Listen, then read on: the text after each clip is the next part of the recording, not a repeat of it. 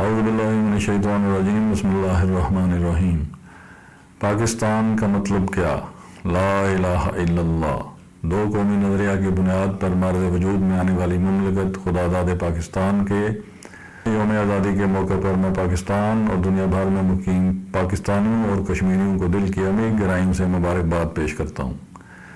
اسلامی جمہوریہ پاکستان اللہ پاک کی خاص عنایت، قائد اعظم محمد علی جناح کی جدوجہد اور علامہ اقبال کے ایک عظیم خواب کی تعبیر ہے جس پر ہم سب کو اللہ پاک کا شکر ادا کرنا چاہیے۔ مملکت خداداد پاکستان کی مضبوطی اور سالمیت میں ہماری بقا ہے۔ معاشی، سیاسی اور دفاعی طور پر مضبوط پاکستان ہی کشمیریوں کی بقا و آزادی کا ضامن ہو سکتا ہے۔ ریاست جموں کشمیر کے لوگوں نے قیام پاکستان سے قبل ہی 19 جولائی 1947 کو الحاق پاکستان کے حق میں قرارداد منظور کر کے مملکت پاکستان کے ساتھ اپنا لازوال رشتہ قائم کر لیا۔ تاہم ہندوستان نے ایک سازش کے تحت مقبوضہ کشمیر پر غاصبانہ قبضہ جما لیا، جس کے خلاف ہمارے کشمیری بہن بھائی آج بھی پوری جرأت اور استقلال کے ساتھ برسر پیکار ہیں۔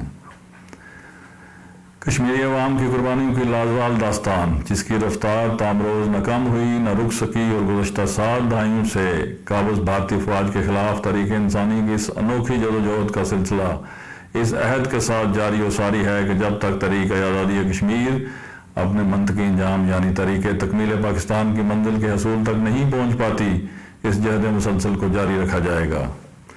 یوم پاکستان کے موقع پر آئیے مل کر عہد کریں کہ کنٹرول لائن کے دونوں طرف اور پوری دنیا میں بسنے والے کشمیری الحاق پاکستان کی منزل حاصل کرنے تک اپنی آزادی کی یہ جدوجہد جاری و ساری رکھیں گے۔